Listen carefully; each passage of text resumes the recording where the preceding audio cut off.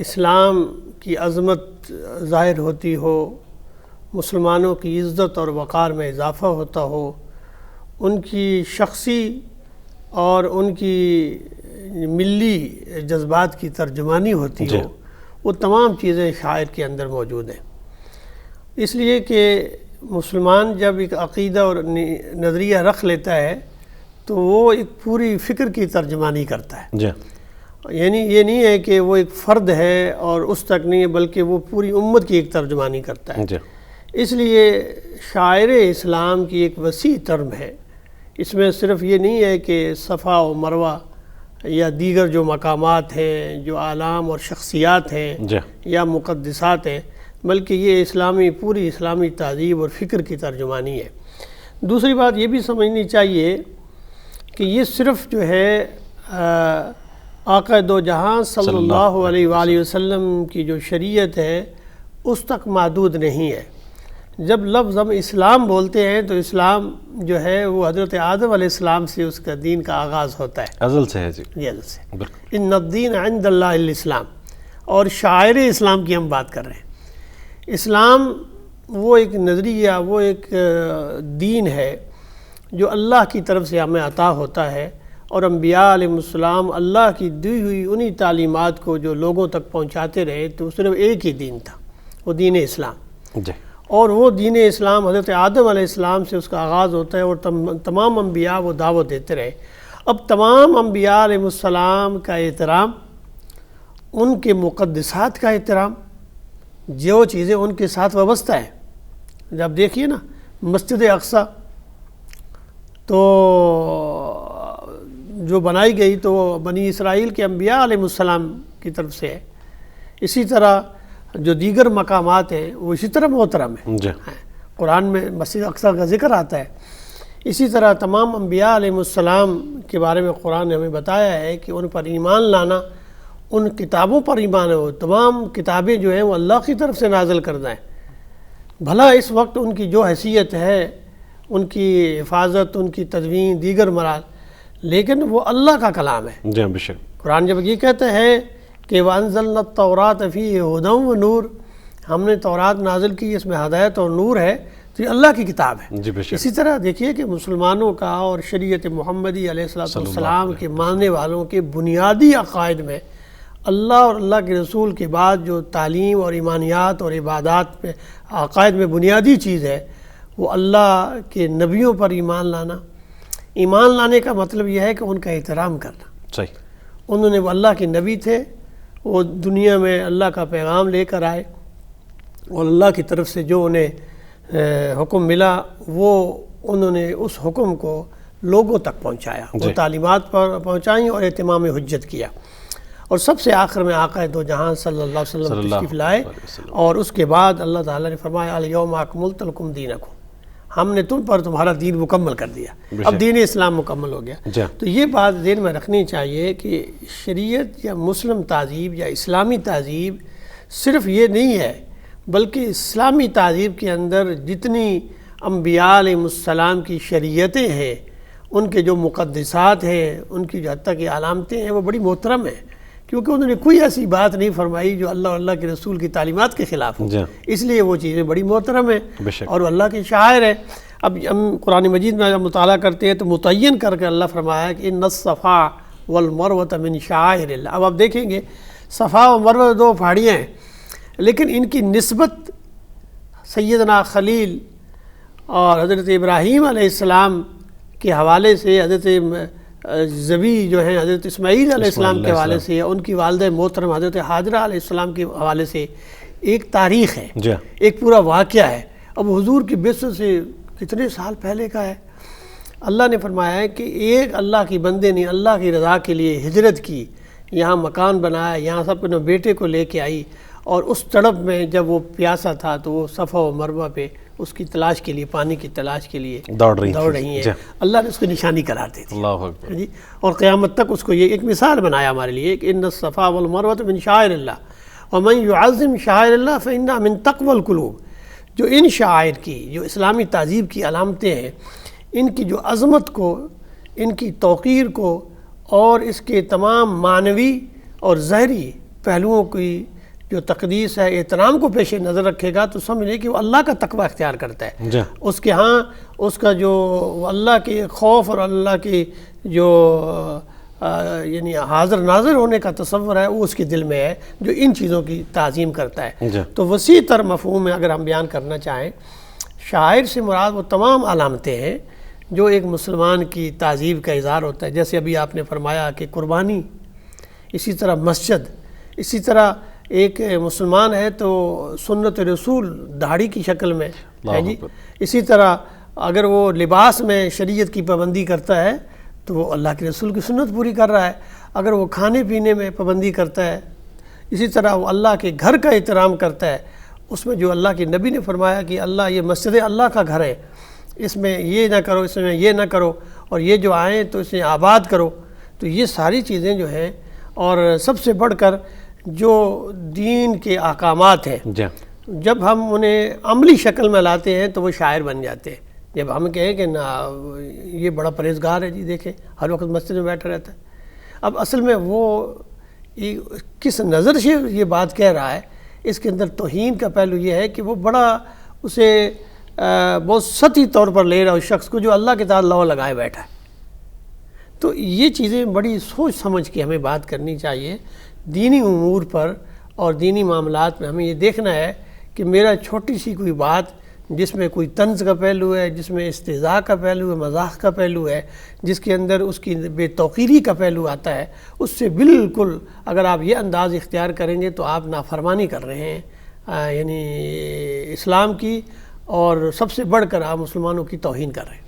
Doctor صاحب، کیا ایسا تو نہیں ہے کہ جب آپ کسی بھی عمل پہ تنقید کرتے ہیں، اس کو ہلکا جانتے ہیں، تو در حقیقت معاذ اللہ جس ہستی کا حکم ہے یہ آپ کی رائے ان تک پہنچ رہی ہے؟ بالکل ایسے ہی ہے کہ جب آپ دیکھیں نا کہ جب آپ ایک ایسی بات پر، کسی ایسی علامت پر جو اسلام کا شاعر ہے اس کی بے توقیری یا اس پر استہزاء اور اس پر مذاق اڑائیں گے، تو بنیادی طور پر اس کا جو لازمی پہلو ہے کہ جہاں اس کا آغاز ہوا ہے، منبع کیا ہے، منبع اس کا کیا ہے، وہ علامت تو موجودہ ہمارے سامنے جو بھی اس کی حالت ہو، چاہے اس میں کچھ ممکن ہے کوئی ایسے پہلو ہوں جس میں بہتری کی توقع ہو، لیکن آپ جو انداز اختیار کر رہے ہیں اصل میں وہ یہ توہین کے معنوں میں آتا ہے. اصل میں آپ اس بڑی شخصیت پر، اس بڑے مقام کو پیش نظر نہیں رکھ رہے جس نے اس بات کا آغاز کیا تھا اور جسے اس نے تقدس دیا تھا. اس لیے اس پر بڑی ضروری ہے. ہمارے فقہاء نے تو یہاں تک لکھا ہے کہ جو شاعر اسلام کے ساتھ بے توقیری کرتا ہے، نفرت کرتا ہے، تو گویا کہ وہ کفر کا ارتکاب کرتا ہے. اللہ اکبر. یعنی اس قدر کفر سے مراد یہ ہے کہ وہ جو استہزاء کرتا ہے وہ انکاری ہے نا. اس کا مطلب یہ ہے کہ وہ اس کی عظمت نہیں سمجھ رہا. جب عظمت نہیں سمجھ رہا تو وہ اسلام کی سرین خلاف ورزی کر رہا ہے. اب دیکھیے کوئی آدمی یہ بات کہے کہ قربانی کیا چیز ہے جی، یہ تو نعوذ باللہ جانوروں کا ایک ہی دن میں سارے اتنے جانور قربان کر دیتے ہیں، جانوروں کی نسل ختم کرنی ہے، ان کو ضائع کرنا ہے. اب یہ لوگوں کو عقلی طور پر یہ کرنا، اصل میں یہ شاعر ہے. اللہ تعالیٰ فرمایا ہے کہ یہ جو قربانی ہے نا یہ صرف اللہ کی رضا کے لیے، لن ینال اللہ لحومها ولا دماؤها ولکن ینالہ التقوی. اللہ تو تمہارے دلوں کا تقوی چاہتا ہے. اللہ نے ایک حکم دیا ہے کہ تم نے ایک جان کو قربان کر دیا ہے، اور اللہ جب تمہیں یہ حکم دے کہ تم اپنا مال جان سب کچھ اللہ کی راہ میں قربان کر دو، تو یہ اصل میں وہ نظریہ پختہ کرنا چاہتے ہیں. بالکل. ڈاکٹر صاحب کیا فرمائیے گا آپ کے یہ جان بوجھ کے ایسا کیا جاتا ہے؟ کیونکہ ہم بعض اوقات دیکھتے ہیں کہ بہت بڑے بڑے نام نہاد ان کو دانش فریم کہہ سکتے ہیں جو یہ بات کرتے ہیں بہت شد و مت کے ساتھ. آپ اس کو جہالت کہیں گے، کم علمی کہیں گے، یا قصداً شاعر اسلام کا مذاق اڑا کر اسلام سے متنفر کرنے کی ایک پوری کوشش ہے؟ بالکل، بہت ہی عمدہ بات آپ نے، بہت ہی اہم پوائنٹ کی طرف ہم نے اشارہ کیا. حقیقت میں یہ سمجھتا ہوں اس میں دو طرز یا تین طرز کے لوگ ہیں. ایک تو بالکل وہ لوگ ہیں جو بالکل جاہل ہیں، جنہیں علم نہیں ہے کہ یہ جو مقدسات ہیں، جو شاعر ہیں، یہ ہیں کیا چیز، انہیں پتہ ہی نہیں ہے.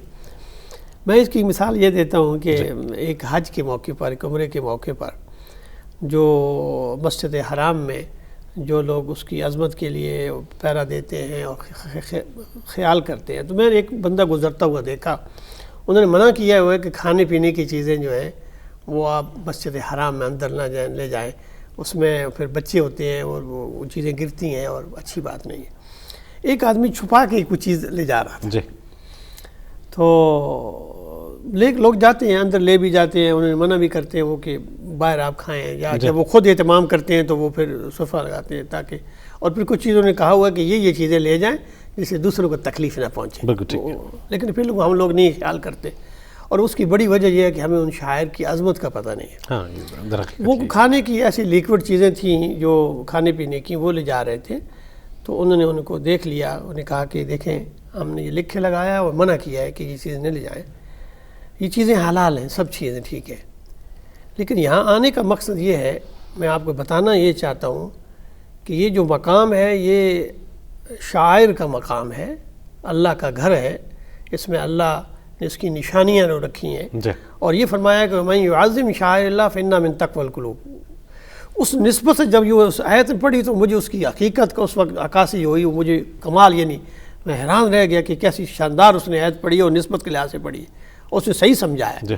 فرمایا کہ تم یہاں آئے ہو ان شاعر کی عظمت کے لیے، اور یہاں ہی تم ایک ہوٹل کا ماحول بنا رہے ہو، تم اصل میں اس کی عظمت کو نہیں سمجھ رہے جو عظمت یہ ہے اس مقام کی. یہ کھانے پینے چیزیں کی تو آپ کو ہوٹل میں بھی مل جائیں گی، باہر بھی مل جائیں گی، وہاں آرام سے بیٹھ کھائیں. یہاں مقصد ہے کہ ان کا ادب اور احترام، کوئی ایسا عمل جو ان کی مقام و مرتبے سے کم درجے کا ہوگا وہ مناسب نہیں ہوگا. اس لیے منع کریں، حدیث شریف میں آتا ہے کہ مسجد کے اندر شور نہ کرو، مسجد کے اندر اونچی آواز میں بات نہ کرو. صحیح. اب دیکھیں وہاں بعض دفعہ گفتگو ہو جاتی ہے، تقریر والا بھی بڑی اونچی آواز میں کرتا ہے، لیکن اس کی نسبت اور طرح سے ہے. یعنی یہاں مراد جھگڑا کرنا ہے، کیونکہ وہ اللہ کا مقام تھا. اللہ کے گھر میں آ کر تم اس کا ادب اور احترام نہیں کر رہے، تمہاری نظروں میں اللہ کا حاضر ناظر ہونا نہیں ہے، تم اس بات کو سمجھ نہیں رہے شعوری طور پر کہ میں کس جگہ کے مقام پہ کھڑا ہوں. تو ایک تو بڑی وجہ یہ ہے کہ لوگ لا علم ہے، جو شرعی امور ہے وہ نہیں پتہ. صحیح. دوسرے وہ لوگ ہیں جو بالکل اس کے الٹ، جنہیں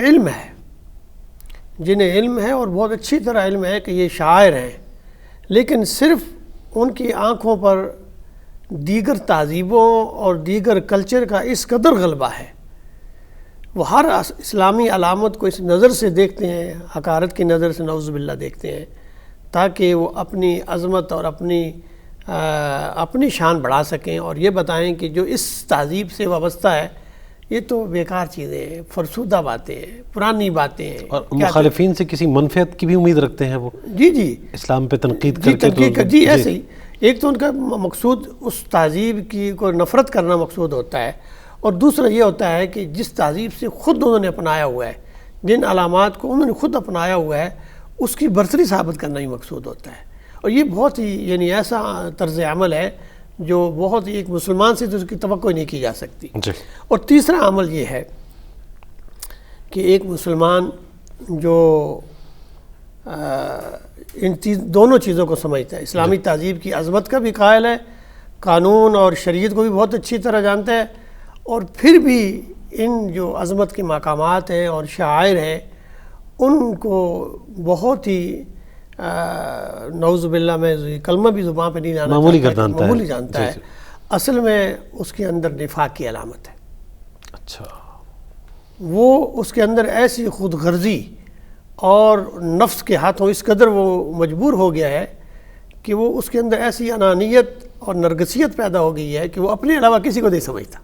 ایک نفسیاتی مرض ہے جسے بعض نے نفاق قرار دیا ہے اور بعض نے اس کو یعنی منافق کے درجے تک کہا ہے کہ وہ کسی کو بھی کوئی حیثیت نہیں دیتا. وہ کہتا ہے یہ کیا چیز ہے بھائی، تو معمولی سی چیز ہے. تو یہ جو طرز عمل ہے یہ تو یعنی سمجھ لیجئے کہ ایسا طرز عمل ہے کہ کوئی اگر مسلمان کر رہا ہے تو اسے اپنے ایمان کی حفاظت کا جو ہے وہ کی طرف فکر مندی کرنی چاہیے. اور یہ بہت ہی خطرناک ہے. ایک جاہل ہے اسے علم نا علم ہے. ایک آدمی کسی اور تہذیب کے تو اس کے نمائندگی وہ کر رہا ہے، لیکن ایک مسلمان ہو کر سب چیزیں جاننے کے بعد یہ کر رہا ہے تو یہ طرز عمل بہت ہی خطرناک ہے. ڈاکٹر صاحب وہ لوگ کہ جو عملی طور پر شاعر اسلام سے دور ہیں، دل میں احترام ہے ان کے، ادب بھی ہے، شاعر اسلام کے خلاف کوئی بات سننا بھی گوارا نہیں کرتے، لیکن عملی طور پر اس سے دور ہیں، یہ کس قدر جواب دہ ہیں یا کیا وجہ ہے کہ یعنی وہ عظمت جانتے ہوئے بھی عملی طور پر اس سے دور ہیں؟ اصل میں یہ جو ایک تو ایک چیز کی ظاہری صورتحال ہوتی ہے. بظاہر آپ دیکھیے کہ مقام ابراہیم ایک جگہ کا نام ہے. اللہ جب حکم دیتا ہے نبی صلی اللہ علیہ وسلم کو کہ تم مقام ابراہیم کو مصلی بناؤ، اب اس کی عظمت ظاہر ہوتی ہے، اللہ اکبر، یہ عظمت ظاہر ہے۔ جی یعنی ایک تو شعوری طور پر، علمی طور پر اس مقام کا جو تقدس اور عمل ہے وہ آدمی پہچانے، جانے، یہ جاننا ضروری ہے۔ جب انسان ایک مسجد میں قدم رکھتا ہے تو اسے شعور ہونا چاہیے کہ یہ اللہ کا گھر ہے۔ جی ان المساجد للہ، یہ اللہ کے لیے ہیں یہ مسجدیں، میری ذاتی نہیں ہے۔ آج ہم لگایا وہ بریلیوں کی مسجد ہے، یہ دیوبندیوں کی مسجد ہے، یہ اہل حدیثوں کی مسجد ہے۔ اب مسجدیں بھی مطلب فرقوں کے ساتھ وابستہ ہو گئی ہیں، جی اور پھر اس پہ جھگڑے ہوتے ہیں، قبضے ہوتے ہیں۔ آپ حیران ہوں گے کہ مسجدوں پر مسلمانوں کے ہاں قبضہ کرنے کے لیے یہ فلاں کا فلاں کرنا، آپ اس شہر کے اندر آپ دیکھ لیجئے، پورے ملک کے اندر جی یہ جھگڑے ہوتے ہیں۔ بالکل ایسا ہوتا ہے۔ تو ہم یہ اس کا اصل میں مقام یہ ہے کہ اس کی عظمت کو نہیں سمجھ رہے۔ یہ عظمت یہ ہے کہ یہ مسجد صرف اللہ کے لیے ہے۔ جی پھر یہ ہے کہ اگلا مرحلہ اس کا یہ ہے کہ ان مقدسات کو اللہ نے جو ہمیں احترام دینا ہے کہ مرا کہ ان کا استعمال بھی صحیح ہونا چاہیے۔ یہ جس کام کے لیے ہے وہ کام ہونا چاہیے۔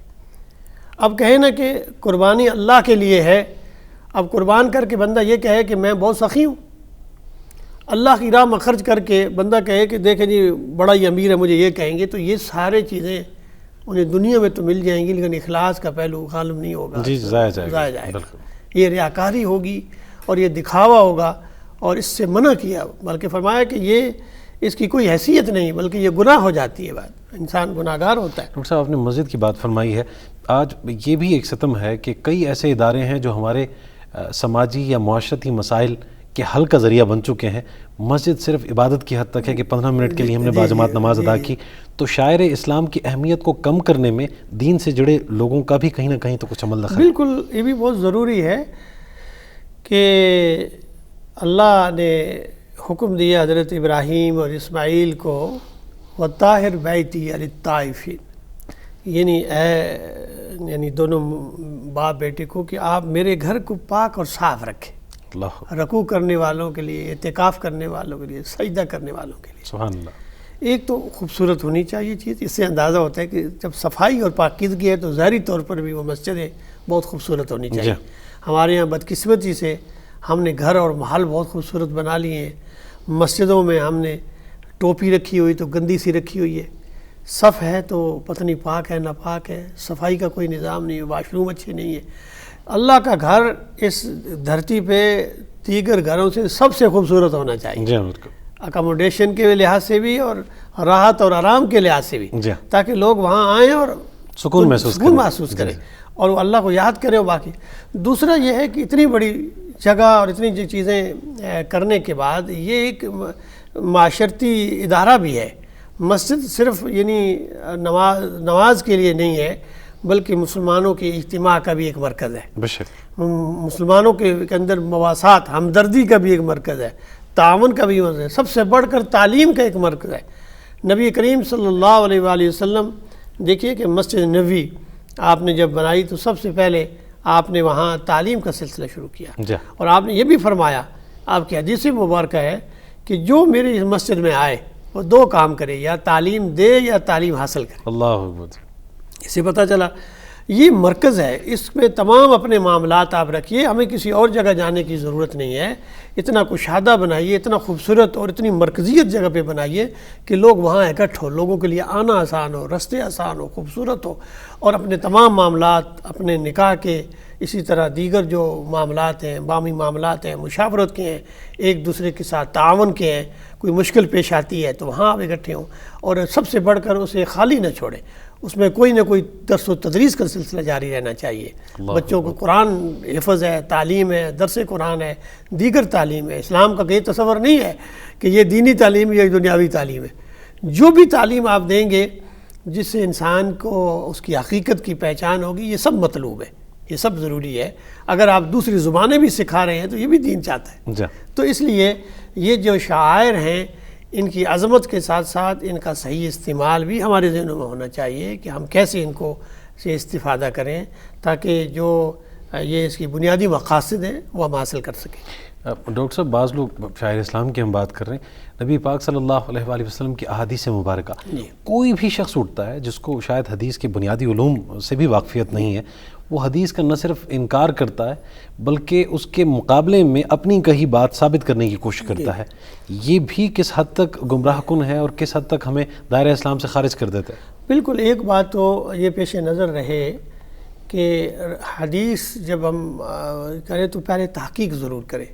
جب ہم بہت ساری باتوں پر تحقیق کرتے ہیں، یہ بھی تحقیق ہونا ضروری ہے کہ یہ جو بات کر رہے ہیں کہ ہر سنی سنائی بات جو ہے وہ حدیث نہیں ہے، بلکہ حدیث ایک باضابطہ ایک علم ہے، اس کے لیے اصول حدیث ہے، اور یہ بھی پھر متعین ہو گیا ہے کہ یہ حدیث کس درجے کی ہے، اور جو صحیح حدیث ہے اسی کو فروغ دینا چاہیے، اور صحیح حدیث کے مقابلے میں کوئی آدمی اپنا قول پیش کرے تو یہ بالکل ایک گمراہ کن بات ہے۔ اور اس کا مطلب یہ ہے کہ وہ آقا رسول صلی اللہ علیہ وآلہ وسلم کی نہ صرف نافرمانی کر رہا ہے بلکہ وہ توہین رسالت کے درجے کی بات کر رہا ہے۔ کیوں؟ اس لیے کہ اللہ تعالیٰ کا یہ حکم قرآن مجید کے اندر ہے کہ جو میرا رسول تمہیں دے اسے لے لو، اور جس سے وہ منع کرے اسے رک جاؤ۔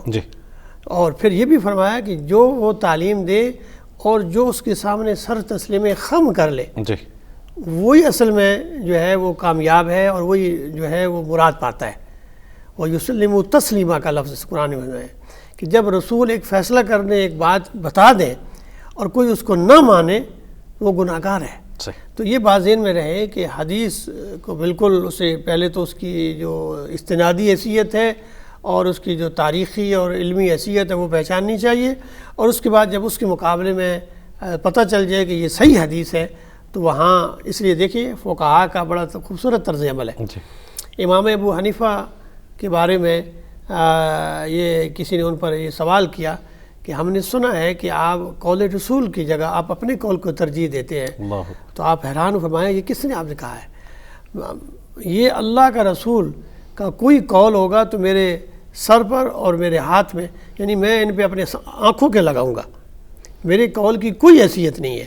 اور پھر آپ نے اصول ضابطہ بیان فرما دیا کہ اگر میرے قول میں میرے ہوتے ہوئے اور میرے بعد تمہیں میرا کوئی قول ملے اور اس کے مقابلے میں تمہیں حدیث ملے اور میرا قول تم رد کر دو، اللہ کے نبی کی بات جو ہے وہ سب سے زیادہ اہمیت رکھتی ہے، میرے قول کی کیا حیثیت ہے؟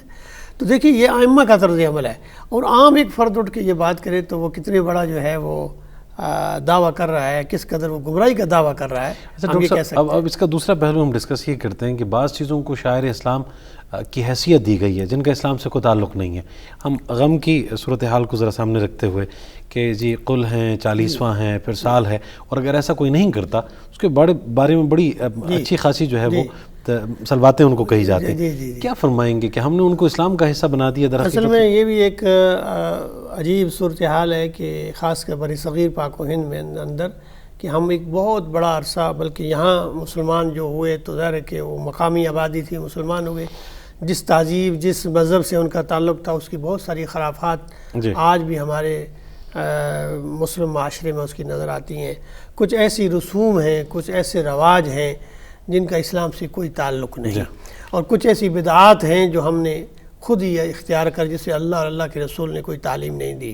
ایک تو یہ بات یاد رہے کہ ایسی تمام رسومات اور ایسی تمام جو بدعات ہیں ان کا دین سے کوئی تعلق نہیں ہے، وہ شاعر نہیں ہے بلکہ وہ گمراہی ہے۔ ہر بدعت جو ہے ایک نئی چیز جو ہے، جو شریعت جس پر اللہ اور اللہ کے رسول کی مہر نہیں ہے، اور وہ یہ سمجھ کے کہ یہ میں نیکی کر رہا ہوں، دین کر رہا ہوں، اس کا مطلب یہ ہے کہ اللہ اور اللہ کے رسول کا دین جو ہے اب یہ ادھورا رہ گیا ہے۔ انہیں اس بات کے علم نہیں تھا کہ یہ نیکی تھی اور نیکی وہ چھوڑ دیتے، ایسا تو نہیں تھا۔ انہوں نے تو ہر چیز مکمل کر کے ہمیں دی ہے، یہ بتا دیا یہ نیکی ہے، یہ گناہ ہے۔ آج میں ہر بات کو نیکی اپنے انداز میں نیکی سمجھ رہا ہوں تو یہ بدعت ہے۔ اس سے نقصان یہ ہوتا ہے کہ اصل دین پیچھے چلا جاتا ہے اور نئی نئی رسومات دین کے اندر داخل ہو جاتی ہیں اور دین مشکل ہو جاتا ہے، یعنی اصل دین پر عمل نہیں ہوتا اور بدعات اور ساری بہت بڑھ جاتی ہیں۔ اس سے بہت ضروری ہے کہ ایک تو سمجھا جائے کہ اس میں قرآن و سنت کا موقف کیا ہے اور مسلم تہذیب کس کو پسند کرتی ہے، اور ساتھ دوسری چیز اس کے ساتھ وہ بھی سمجھنے کی ضرورت ہے کہ کچھ ایسی چیزیں ہوتی ہیں کہ وہ بدعت میں شمار نہیں ہوتی۔ مثال کے طور پر جو زمانہ آگے بڑھتا ہے، حالات اور واقعات کے ساتھ نئی ایجادات ہوتی ہیں، تو ظاہر ہے کہ وہ ایک پسندیدہ عمل ہے. جی وہ نیکی نہیں ہوتا، لیکن وہ نیکی میں ایک مدد یا ایک فائدہ دیتی ہیں. مثال کے طور پر کوئی کہے کہ سپیکر آج بدعت ہے، یہ مسجدوں کے اندر جو قالین بچھائے جاتے ہیں یہ بدعت ہے. حضور کے زمانے میں تو درختوں کے پتے ہوتے تھے اور یہ ہوتا تھا. یہ باتیں نہیں ہیں، یہ کوئی اس کا تھا نیکی کے ساتھ تعلق نہیں ہے. یہ چیزیں وہ ہیں جو اس کام میں مزید بہتری کیا پیدا کر سکتی ہیں. یہ بدعات نہیں ہے، یہ نیکی. مقصود نیکی اللہ اور اللہ کی رضا کی خوشنودی ہے، بالکل صحیح. وہ نیکی کے حالات پاتی ہے. باقی کوئی آدمی آج جہاز میں بیٹھ کے نماز پڑھ رہا ہے، گھوڑے پہ بیٹھ کے نماز پڑھ رہا ہے یا کہ اور پڑھ رہا ہے، یہ جو ایجادات ہیں ان میں اجتہاد ہوتا ہے. ان میں یہ امور ہوتے ہیں کہ ہم آج کے دور میں دین پر عمل کیسا کریں. یہ بدعات نہیں ہوتی، لیکن ایک ایسا عمل جسے میں ایک عبادت سمجھ کے مستقل طور پر شروع کر دوں، جس پر میرے پاس کوئی سند نہ ہو کہ اللہ کے رسول نے کیا فرمایا ہے، وہ بدعت شمار ہوتی ہے، وہ رواج اور رسم شمار ہوتی ہے. اچھا، رسوم میں بھی آپ دیکھیے، رسوم میں بھی ایسی رسمیں جن کا قرآن و سنت میں تو کوئی ایسی بات نہیں ملتی کہ کوئی تعلیم نہ مطلب دی گئی ہو کہ یہ آپ کریں یہ نہ کریں. لیکن ایسی رسمیں یا ایسا پہلو جس میں انسانیت کی بھلائی شامل ہوتی ہے، وہ ویسے پسندیدہ امور ہوتے ہیں. صحیح. یعنی وہ پسندیدہ امور ہوتے ہیں. بعض برادریوں کے اندر یہ ہم نے دیکھا ہے، اور یعنی پاکستانی معاشرے کے اندر بھی. ہمارے ہاں تو یہ تصور بعض میں ہے نا کہ ایک مرگ ہو گئی ہے اور پھر اسی کے گھر میں کھانا، بیچارہ کھانا بھی کرتا ہے، سب کچھ کرتا ہے. لیکن ہمارے معاشرے میں یہ دیکھا گیا کہ کچھ لوگوں نے پابندی لگائی ہوئی ہے. 3 دن جس کی ہاں وفات ہوئی ہے، جس کے گھر میں، اس کے ہاں انہوں نے کھانا، اس کی پابندی ہے کہ وہ کھانا نہیں پکائے گا. صحیح.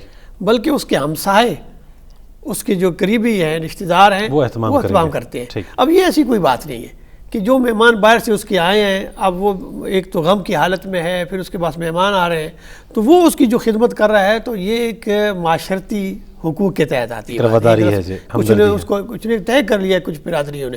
ایسا طرز عمل جو ہے وہ عبادت نہیں ہوتا، لیکن وہ ایک خیر خواہی اور تعاون کے معنوں میں آتا ہے، اور وہ ایک اچھی طرز عمل ہوتا ہے، پسندیدہ طرز عمل ہوتا ہے. لیکن اگر کوئی نہیں کرتا، اب سمجھے کہ یہ گناہگار ہے، تو یہ بدعت بن جاتی ہے.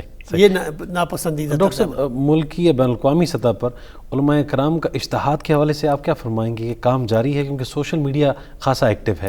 کوئی بھی نیا کام، کوئی بھی نیا عمل یا حالات کے تناظر میں کوئی نیا چیلنج ہے، اس سے نبرد آزما ہونے کے لیے علماء کرام ساتھ ساتھ اجتہاد کے عمل کو جاری رکھے ہوئے ہیں. بالکل جی. دین کے جو معاملات ہیں، تو دین کی اصل تو موجود ہے، یعنی قرآن اور سنت کی روشنی میں. اور پھر زمانے کے ساتھ اب 14 صدیاں گزر گئیں، 15ویں صدی جاری ہے.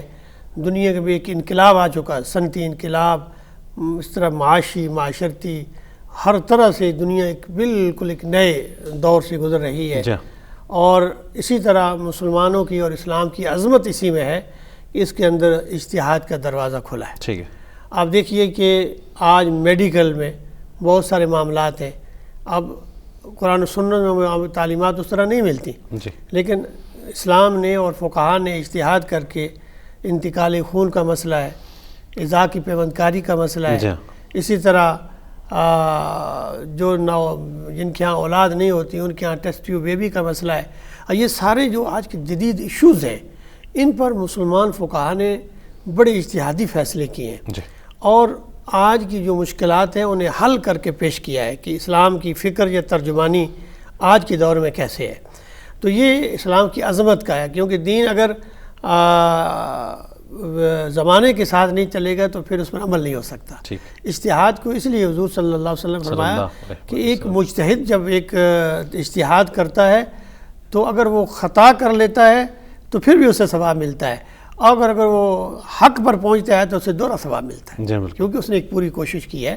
تو بالکل اس وقت امت مسلمہ کے اندر بڑے بڑے مفکرین اور مجتہدین اور فقہاء ایسے ہیں، اور ایسے ایسے ادارے وجود میں آ گئے ہیں کہ کوئی بھی ایشو، اب دیکھیے نا، آج میرا خیال ہے کہ آج سے چند سال پہلے کوئی تصور نہیں تھا کہ کسی کے ہاں موبائل کی ٹیکنالوجی ہوگی. اب ہم دیکھیے قرآن مجید بھی ٹیب پہ پڑھتے ہیں، موبائل پہ پڑھتے ہیں. اب اس میں مسئلہ آیا کہ ایک آدمی باوضو نہیں ہے، اور قرآن مجید میں ہے کہ تم قرآن کو چھو نہیں سکتے جب تک تم پاک اور صاف نہ ہو. اب فقہا نے کہا کہ اب ایک آدمی ٹیپ پہ پڑھتا ہے، وہ قرآن تو نہیں ہوتا، وہ تو ایک امیج ہوتا ہے، قرآن کے ورق نہیں ہے اس میں. جی بالکل. تو اس پر بھی فقہا نے پھر فتویٰ دیے ہے کہ اس پر بھی وہی قانون لاگو ہوگا جو کتاب پہ کتاب کے سارا ہے، کیونکہ وہ اس کا بالکل قرآن مجید کی طرح عظمت، مقصد اس کا یہ ہے کہ اس کتاب کی جو عظمت ہے اور جو اس کی حقوق ہے وہ ہمارے ذہن میں رہنی چاہیے. بالکل صحیح. اچھا ڈاکٹر صاحب، بہت سے ممالک میں شاعر اسلام پر عمل کرنا مشکل ہے. بہت سے ایسے یورپ کے ممالک ہیں، ہماری بہنیں بیٹیاں جو پردہ کرنا چاہتی ہیں، حجاب کرنا چاہتی ہیں، ان کو اس چیز کی اجازت نہیں ہے، داڑھی رکھنا چاہتا ہے. اس حوالے سے کیا ریئیکشن ہونا چاہیے ہمارے بہن بھائیوں کا کہ اگر وہ کسی ایسے علاقے میں، کسی ملک میں رہ رہے ہیں کہ جہاں پہ کوئی پابندی ہے، تو یا اس علاقے کو چھوڑ دیں شاعر اسلام کی وجہ سے، اور اگر مجبور ہیں تو کس حد تک اس میں چھوٹ ان کو دی جا سکتی ہے؟ دیکھیے، جو آج کا زمانہ ہے اور یہ ایک یعنی اس کو ہم بین المذاہب اور کہتے ہیں کہ تقصیری معاشرہ ہے. جی. گلوبل ولیج ہوگی پوری دنیا، اب ہم اپنے آپ کو الگ نہیں کر سکتے. اور آپ نے بڑا عمدہ سوال کیا ہے کہ اگر کوئی ایسا مسئلہ درپیش ہے کہ جس جگہ مسلمان اسلامی شعائر پر عمل نہیں کر سکتے، اسے کیا طرز عمل اختیار کرنا چاہیے. اس پر فقہا نے بڑی بحث کی ہے. پہلی بات تو یہ کی ہے کہ مسلمانوں کو دارالسلام کو ہی اختیار کرنا چاہیے تاکہ وہ تمام شعائر پر عمل کر سکیں. لیکن اگر کوئی ایسی صورتحال ہے کہ انسان روزگار کے لیے اور کوئی مشکل پیش آ رہی ہے، وہاں قیام پذیر ہے، تو پھر ہمیں یہ بات بتائی ہے، یہ تعلیم دی ہے کہ اس قانون اور اس مذہب کے جو پہلو ہیں اس میں احترام کرتے ہوئے اگر وہ کچھ عرصہ اس پر صبر کر لیتا ہے، ضبط کر لیتا ہے، تو وہ اس کو بھی اجر ملتا ہے. مثال کے طور پر آپ دیکھیے، ہمارے ہمسائے میں پاکستان بننے سے بھی پہلے ہم ہندوؤں مسلمانوں کے اندر جو قتل و غارت ہوتی تھی ایک بڑی، وہ گو کا ذبیحہ ہے. اب ان کے ہاں اسے ایک خدا کا درجہ حاصل ہے، ہندو مذہب کے اندر گائے کی پوجا کی جاتی ہے، جبکہ مسلمانوں کے ہاں جو ہے وہ جانور ہے، اسے قربانی کی جاتی ہے. جب یہ ان کے ہاں تصور آیا کہ مسلمان تو ہمارے ایک یعنی خدا ہم جس کو درجہ دیتے ہیں ان کو ذبح کرتے ہیں، بے وقت قرار دیتے ہیں، تو وہ سمجھتے ہیں کہ یہ توہین کرتے ہیں ہمارے. اس وقت آپ دیکھیے گا کہ مسلمان مفکرین نے یعنی کہا کہ فساد سے بچنے کے لیے اگر آپ گائے کی بجائے کوئی اور جانور ذبح کر لیں تو یہ بہتر ہے، تاکہ ہم ایک ہی وطن میں رہتے ہوئے ہم قتل و غارت سے بچ جائیں. لیکن اپنا جو قربانی کا طرز عمل ہے اسے آپ چھوڑیں نا، وہ آپ اس کا اظہار کرتے ہیں اور بہت سارے گائے کے حوالے سے اپنا نظریہ تبدیل نہ کریں، وقتی طور پہ کریں. اور اللہ نے یہ دیکھیے، مسلمان پاکستان کی آزادی میں بھی ایک بڑا محرک تھا. علامہ سید نے اور علامہ اقبال نے یہ کہا تھا کہ میں یہ سمجھا تھا کہ یہ فکری طور پر ایک ہی قوم ہے، ہم ایک ہی ہندوستانی ہے. اور انہوں نے تو باقاعدہ ایک نظم بھی لکھی تھی کہ سارے جہاں سے اچھا ہندوستان ہمارا، ہم بلبلے اس کی یہ گلستان ہمارا. اور یعنی وہ تصور تھا ہم ایک ہی لوگ ہیں. لیکن جب انہوں نے بھی دیکھ لیا کہ ہمارے جو دینی شاعر ہیں انہیں تو ہندو پسند نہیں کرتے، مسلمانوں کو قتل و غارت ہوتی ہے اور فتنہ و فساد ہوتا ہے، تو پھر انہوں نے بھی کہا کہ میں یہ سمجھا ہوں کہ ایسے ہم ایک ملک حاصل کریں جہاں ہم اسلامی نظریات اور شاعر پر عمل کر سکیں. اس لیے ایک بڑا محرک بنا. اس لیے آج بھی مغربی معاشروں میں، لیکن مسلمانوں کو ایک اصول بھی حاصل ہے کہ اب تمام انہی معاشروں کے اندر، انہی ممالک کے اندر اب مذہب جو ہے وہ اس کی اتنی اہمیت نہیں رہی، بلکہ بنیادی انسانی حقوق ایک قدر کی حیثیت بن گئی ہے. ان کے آئین کے مطابق انہوں نے خود اپنے آئینوں کے اندر، اپنے دستوروں کے اندر یہ بات لکھی ہے کہ مذہب انسان کا ذاتی معاملہ ہے اور مذہبی طور پر ہر آدمی آزاد ہے. لیکن حکمت کا تقاضا یہ ہے، آگے حکمت کا تقاضا یہ ہے کہ ایسا کوئی طرز عمل مسلمان اختیار نہ کرے کہ جس سوسائٹی میں رہتا ہو اس کے اندر فتنہ و فساد پیدا ہو. بڑی اہم بات ہے. تھوڑا سا ڈاکٹر صاحب تقابل ہم چاہیں گے کہ ہمارے سننے والوں، دیکھنے والوں تک پہنچے. ایک وہ کہ دارالکفر میں رہ رہے ہیں اور بہت ہی رنجیدہ ہیں، مضطرب ہیں کہ شاعر اسلام پر وہ عمل نہیں کر پا رہے. اچھا، ایک پابندی ہے ان کی. ایک وہ شخص ہے کہ جو دارالسلام میں رہ رہا ہے، اس کے باوجود وہ شاعر اسلام سے دور ہے، نماز نہیں پڑھتا، پردہ نہیں کرتا، داڑھی نہیں رکھتا. آپ نہیں سمجھتے کہ اس کا جو نفس ہے وہ کفر کی روش پہ ہے؟ بالکل ایسے ہی ہے. ظاہر ہے کہ ایک آدمی اس ایسے معاشرے میں رہ جائے جہاں شاعر پر عمل کرنا بہت مشکل ہے، لیکن کسی حد تک اس کی وہ ترجمانی کر بھی رہا ہے اور وہاں کے قوانین کو اور وہاں کے معاشرتی اور وہاں کے جو ملت ہے اس کے کو بھی پیش نظر رکھ بھاری کے بھرکم جرمانے ادا کر رہا ہے اور اس کے لیے قربانی بھی دے رہا ہے، تو یہ ایک ایسے جہاد پر ہے کہ اس کی بڑی فضیلت ہے۔ لیکن جو ایک دارالسلام میں رہتے ہوئے اس کی حقیقت سمجھتے ہوئے شاعر اسلام پر عمل نہیں کرتا، تو اصل میں وہ اسلامی تعلیمات کی جو قدر ہے، جو اس کی عظمت ہے، اس کو نہیں سمجھتا، بلکہ وہ اس کی توقیری کرتا ہے، بے توقیری کرتا ہے، اور اس کی عظمت کو نہ سمجھتے ہوئے اس سے بھی جب آگے بڑھ جاتا ہے کہ اس پر مذاق اڑانا، جیسے آج ہمارے یہاں طرز عمل ہے کہ کسی نے شلوار ذرا اونچی باندھ دیا تو ٹخنوں سے اوپر ہے، کہتے ہیں وہ ہمارا طرز عمل عجیب و غریب ہوتا ہے۔ ایک داڑھی والا جو سنت رسول جس نے رکھی ہوئی ہے، اگر اس سے کوئی غلطی ہو گئی ہے تو اس کو طرز عمل ہمارا یہ ہوتا ہے، دیکھیں جی اتنی بڑی تم نے داڑھی رکھی ہے اور یہ تمہارا طرز عمل ہے۔ وہ اس میں داڑھی کا تو سنت رسول اس نے رکھی ہوئی ہے، اگر آپ یہ طرز انداز اختیار کر رہے ہیں تو ایک تو آپ سنت رسول کی توہین کر رہے ہیں، آپ اس کا وہ جو طرز عمل ہے اس سے نفرت کا اظہار کیجئے جو برا ہے۔ ڈاکٹر صاحب یہاں میں ایک نقطہ چاہ رہا ہوں کہ وہ لوگ کہ جو قصداً شاعر اسلام کا لبادہ اوڑھ کر جی غلط کاموں کے لیے راہ ہموار کرتے ہیں، یعنی اپنا لباس، اپنی وضاقت بالکل ایک سچے مسلمان کی سی رکھتے ہیں، کام وہ کریں گے سود کا بھی، رشوت، تو ان لوگوں کے بارے میں کیا حکم ہے کہ جو جانتے بوجھتے ہوئے شاعر اسلام کو بدنام کرتے ہیں؟ بہت میں نے شروع میں یہ بات رکھی ہے کہ تیسری جو قسم ہے وہ نفاق والی، وہ یہی ہے، وہ حقیقت کو جانتے ہوئے، یعنی دیکھیں نا منافقین دو تین ہی گروہ ہیں اسلام کے اندر، یہ ایمان والے ہیں، یہ کافر ہیں، اور تیسرے منافق ہیں۔ وہ حق بات کو سمجھتے ہیں، انہیں پتہ ہے کہ یہ شاعر اسلام میں سے ہے، اسے اختیار بھی کیا ہوا ہے، اختیار کر کے پھر اس کی عظمت کو نہ سمجھنا اور اس کے وقار اور اس کے تقاضے کے مطابق زندگی بسر نہ کرنا اصل میں ان کی سب سے بڑی توہین ہے۔ صحیح۔ ایک آدمی داڑھی رسول رکھے اور اس کا عمل جو ہے وہ رشوت کا ہو، اس کا عمل جو ہے وہ بدکاری کا ہو، اس کے اندر جھوٹ ہو، اس کے اندر جو ہے بددیانتی ہو، اس کے اندر ظلم ہو، اس کے اندر ناانصافی ہو، اس سے کیا توقع کر سکتے ہیں؟ اچھا اب ڈاکٹر صاحب بعض لوگوں نے اس کے لیے ایک وضاحت یا ایک ہیلا بہانہ جو ہے وہ تراش لیا ہے، وہ یہ ہے کہ میکسیمم لوگ ان کی نظر میں اسلامی لبادے میں غلط کام کر رہے ہیں، اب وہ چاہتے ہیں کہ اسلامی لبادہ اوڑھ لیں، لیکن اوڑھتے ہی ان کے بارے میں بھی وہی رائے قائم ہوگی جو عام لوگوں کے بارے میں ہے، وہ اس نظریے کے تحت اسلامی لبادے سے ذرا کنارہ کش رہتے ہیں، ان کے بارے میں کیا فرمائیں گے؟ ایسا نہیں ہو سکتا کہ اس کو عذر بنا کر کہ انسان اسلامی شاعر کی عظمت کو نہ پہچانے اور اس کو اختیار نہ کرے۔ حقیقت یہ ہے کہ سوسائٹی کے اندر نیکی اور بدی، خیر اور شر ہمیشہ چلتا رہے گا۔ یہ نہیں ہو سکتا کہ 100% لوگ حق پر ہوں، خیر پر ہوں، اس میں شیطانی قوتیں، انسان کا نفس اسے بعض دفعہ لالچ میں، مجبوری میں غلط راستے پہ اختیار کر لیتا ہے، اور عمل کرتے ہوئے اور پورا وضع قضا اختیار کرتے ہوئے بھی وہ غلط راستوں پر چل پڑتا ہے، کیونکہ وہ نفس کے ہاتھوں مجبور ہو جاتا ہے۔ بعض دفعہ نفس سے بڑھ کر اس کے اپنے جو حالات ہوتے ہیں، جو اس کے کچھ لوگ اسے مجبور کر دیتے ہیں، تو یہ سارے عوامل کا فرما ہے اس کے اندر۔